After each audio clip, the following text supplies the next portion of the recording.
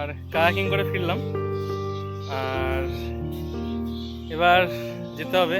এবার কোথায় যাবো বুঝতে পারছি না, তিরুবনন্তপুরমে যাবো না মুন্নার যাবো, তবে কোথাও একটা যাবো, এখনো প্ল্যান হয়নি। কারণ কায়াকিংটা এতটাই মজা লেগেছে আর কি, মানে এতটাই এনজয় করেছি যে প্রথমে ভাবছিলাম 1 ঘন্টা, তাহলে 1 ঘন্টায় কিছু হবে না। আর এনারা অ্যাকোয়া হেভেন এরা মানে এদের গাইড এতটাই সুন্দর, আর এদের গাইডেন্সও খুব সুন্দর। মানে যারা যারা যেতে পারছে না, মানে একান্তই কায়াকিং করতে পারছে না, মাঝ রাস্তায় গিয়ে হাঁপিয়ে যাচ্ছে, তাদেরকে এরা সঙ্গে করে বেঁধে নিয়ে যাচ্ছে। তারপর হচ্ছে প্রচুর হেল্পফুল সব জায়গায়, ফটো ভিডিও আপনি যখন যেখানে যা বলবেন সব করে দিচ্ছে, খুব ভালো। আর এই হলো আমার কায়াক দুটো দাঁড়িয়েছে, এদের অফিস ঘর অ্যাকোয়া হেভেন। ডিটেলস ডেসক্রিপশন বক্সে অবশ্যই থাকবে। সকাল 7টা থেকে 11টা অবধি পুরো কায়াকিংটা এনজয় করে বেরিয়ে পড়লাম দ্য ক্যাপিটাল অফ কেরালার উদ্দেশ্যে। হ্যাঁ, তিরুবনন্তপুরমে যাচ্ছি। আর তার জন্য যেতে হবে প্রথমে পারাপুর রেলওয়ে স্টেশন।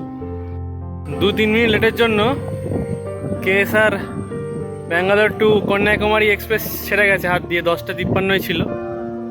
আর কায়াকিং করে এতটাই টায়ার্ড, অনেকক্ষণ রেস্ট নেওয়া হয়ে গিয়েছে, যার জন্য ট্রেনের সময়টা খেয়াল পড়েনি।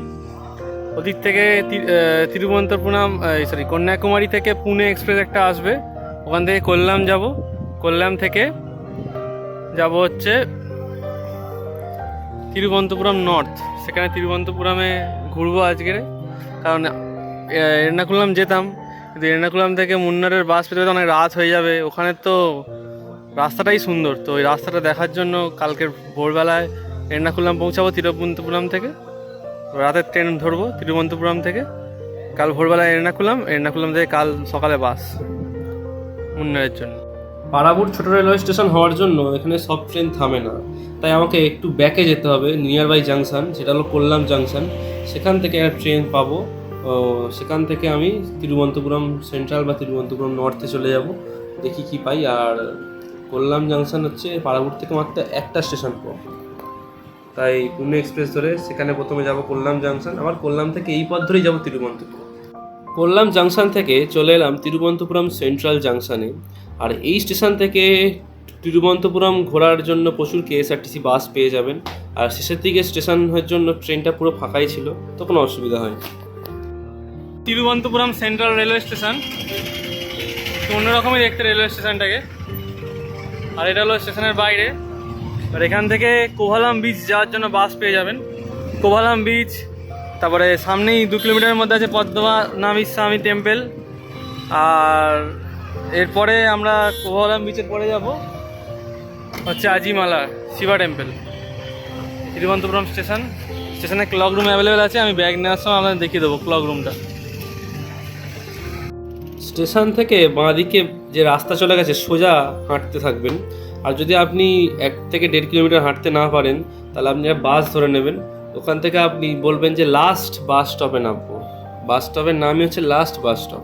সেখান থেকে কোভালাম বিচ যাওয়ার জন্য ইলেকট্রিসিটি বাস পাওয়া যায়। ভিডিওতে নিশ্চয়ই দেখলেন যে আমি পুরোটা হেঁটে হেঁটেই এলাম। আর এই ওভারব্রিজটা যে ছিল না, তার ঠিক পরেই ছিল এই লাস্ট বাস স্টপ। বাস স্টপটার নামই লাস্ট বাস স্টপ। আর এখান থেকে আপনি ইলেকট্রিসিটি বাস পেয়ে যাবেন কোভালাম যাওয়ার জন্য, আর ভাড়া নেবে 40 টাকা। আর কোভালামই হলো এই বাসের শেষ গন্তব্য।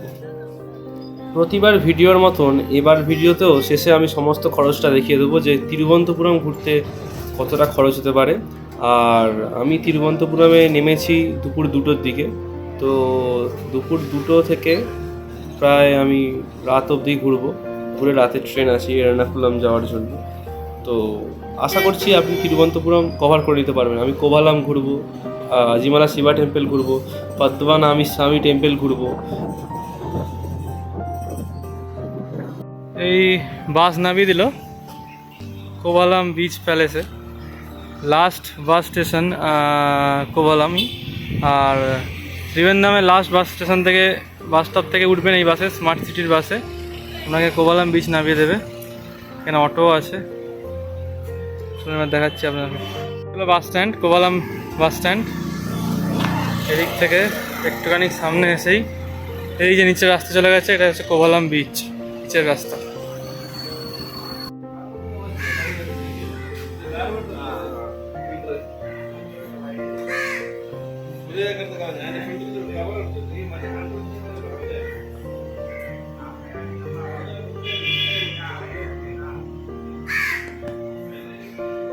প্রচুর দোকান আছে, একটু সমুদ্রের মানে নামার রাস্তা আর কি, কিন্তু এর পাশে প্রচুর সি শপ আছে, বিভিন্ন রকম জামা কাপড়, টুপি, সামুদ্রিক জিনিসপত্র পাওয়া যাচ্ছে।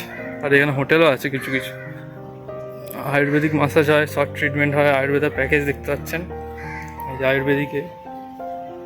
আর এখানে প্রচুর দেখুন অ্যাডভেঞ্চার স্পোর্টসের এই জায়গা।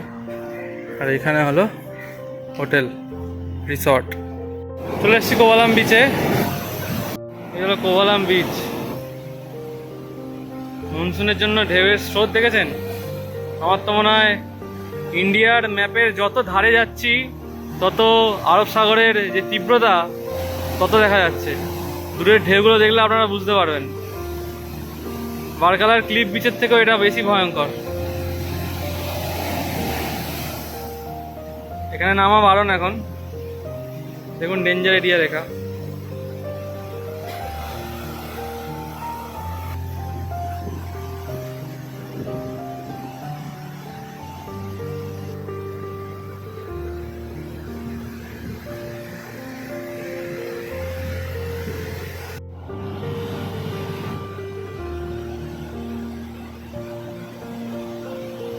কোভালাম বিচ, সেই লাইট হাউস, যেগুলো দেখুন তাল। আর এই ডেঞ্জার এরিয়া বলে দিয়েছে, যাওয়া যাবে না। এদিকে বড় বড় ভারকালার মতো হয়তো ক্লিপ নেই, কিন্তু ভারকালার মতনই ক্যাফে, সব দোকান, ঠিক আছে, জামা কাপড় সবই আছে। হোটেল আছে, রিসর্ট আছে, একটা রিসর্ট, বিভিন্ন রকম রেস্টুরেন্ট আছে, বড় বড় বার আছে।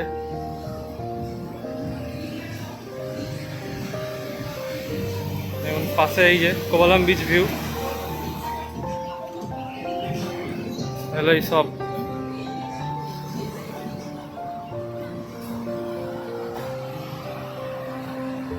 কোভালাম লাইট হাউসের কাছে। আর এই কোভালাম লাইট হাউস দুপুর 2টো থেকে 5টা অবধি খোলা থাকে।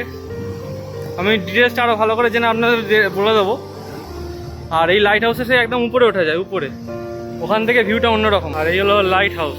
লাইট হাউসে উঠতে গেলে একটু সিঁড়ি ওপরে উঠতে হবে, সিঁড়ি চড়ে, তারপরে এই লাইট। এই হলো লাইট হাউসের টিকিট কাউন্টার।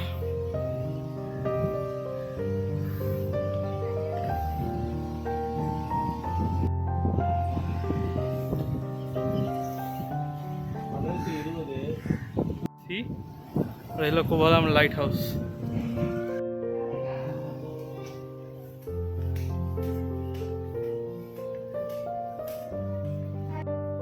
দেখতে পাচ্ছেন লিফট আছে, আর লিফটে করে উঠে যাবে একদম উপর। লিফটে করে একদম লাইট হাউসের উপরে উঠে যাবো।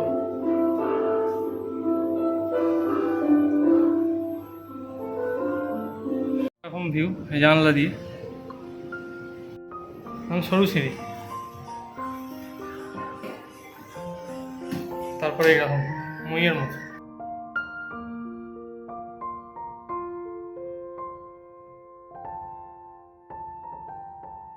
হয়তো কোভালাম লাইট হাউস আসার জন্য কোভালাম বিচ বরাবর অনেকটাই হাঁটতে হয়েছে, কিন্তু অসুবিধা নেই। মাত্র 20 টাকার বিনিময়ে এই যে দৃশ্য, এটা আজীবন আপনার মনে থেকে যাবে। আর এই যে নীল জলের উত্তাল ঢেউ উপর থেকে, এর একটা আলাদাই অনুভূতি। আমার টুপি খুলে যাচ্ছিলো, যার জন্য টুপি চশমা সবই সাইডে করে রাখতে হলো, কারণ কিছুই ধরে রাখা যাচ্ছে না, এতটাই হাওয়ার চাপ।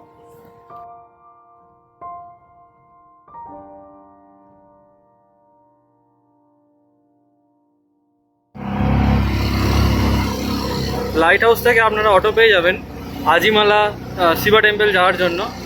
কিন্তু ব্যাপারটা হলো এখানে বাস পাওয়াটা একটু চাপ আছে। আপনারা যদি অটোয় যান, একটা অটো 250 টাকা ভাড়া নেয়, এবার আপনি একজন থাকুন, দুজন থাকুন, তিনজন থাকুন, চারজন থাকুন, কারণ অটোতে চারজনের বেশি নেয় না, তো 250 টাকা নেয় আজিমালা শিবা টেম্পল যাওয়ার জন্য। আর আজিমালা শিবা টেম্পল 7:30টার সময় বন্ধ, এখন বাজে 5টা, তাই আর দেরি করলাম না, বেরিয়ে গেলাম।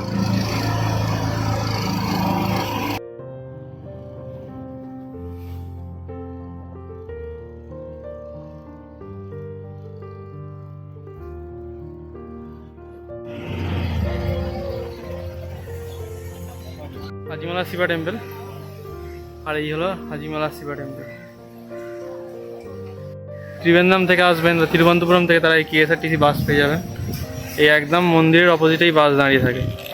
আমি তার মানে একটা ভুল করেছি, আমি প্রথমে কোভালাম বিচ গেছি ওখান থেকে। আপনারা এক কাজ করবেন, তিরুবনন্তপুরম থেকে কেএসআরটিসি ধরে একদম আজিমালা চলে আসবেন, তারপর এখান থেকে কোভালাম যাবেন, তাহলে খরচ কম হবে।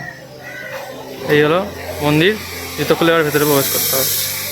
এর ফাঁকে জানিয়ে দিই, আপনারা যারা তিরুবনন্তপুরম থেকে ডিরেক্ট আজিমালা শিবা টেম্পল আসতে চান, তার জন্য আপনি স্টেশনের ধার থেকেই বাস পেয়ে যাবেন।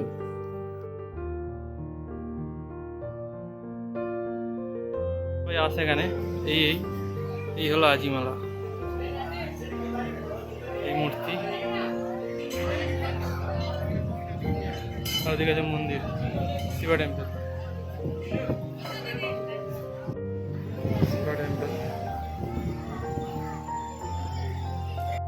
সমুদ্রের গায়ে সোনালি সূর্য ঢলে পড়ে জানান দিচ্ছে যে আজকের দিনের সমাপ্ত এখানেই। কিন্তু দিনের সমাপ্ত হলেও ঘোরার সমাপ্ত কিন্তু এখনো হয়নি।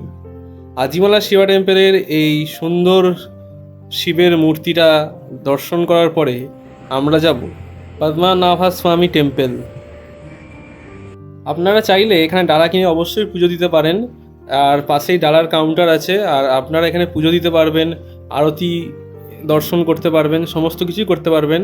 যেমন পুজো হয় সেরকমই এখানেও মন্দির আছে, পুজো হয়।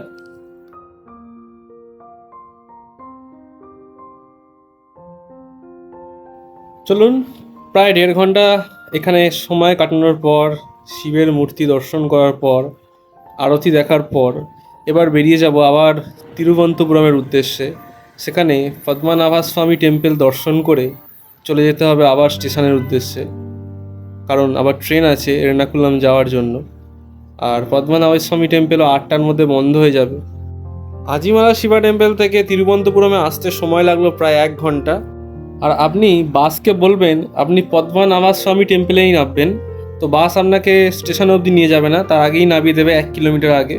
সেখান থেকে আপনারা পুরো সোজা বাঁদিকে সোজা হাঁটলেই মন্দির, আর সামনেই মন্দির আপনারা দেখতে পাচ্ছেন।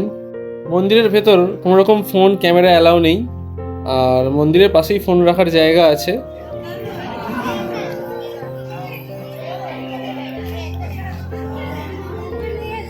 দেখতেই পাচ্ছেন, ছেলেরা ধুতি আর খালি গায়ে, আর মেয়েরা অবশ্যই শাড়ি। আর এখানে শ্রী বিষ্ণুর পূজা অর্চনা হয়।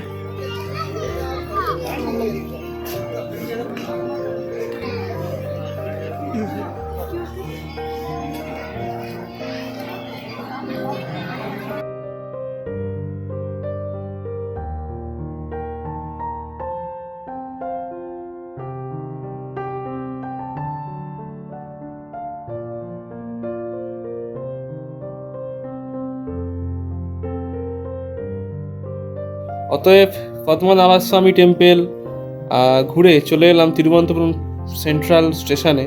আর এই স্টেশনের এই যে সেফ লক, এই যে ডিজিটাল লকের কথা যেটা বলেছিলাম, এইটা আপনাদের দেখাবো বলেছিলাম।